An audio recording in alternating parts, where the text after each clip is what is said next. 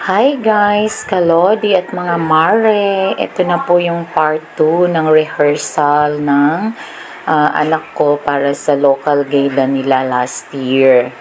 At ayan nga, lahat na ng representative ng bawat probinsya ay andyan nagsama-sama na. So nagkakaroon na sila ngayon ng blocking para sa event mamayang hapon.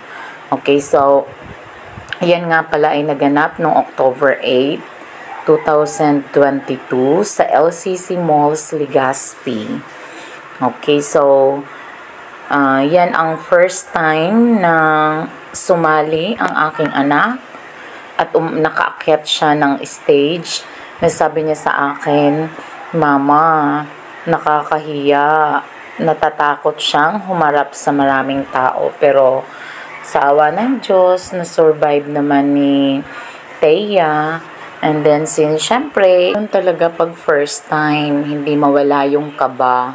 Pero dahil na rin sa suporta, syempre, ng magulang at ng kasama naming makeup artist sa niya, talagang na-boost naman yung kanyang confidence. Natatawa nga ako kasi pinapagalitan namin siya sa baba, dun sa may dressing room. Sana, wag kang mahiya, walang hiya-hiya dito.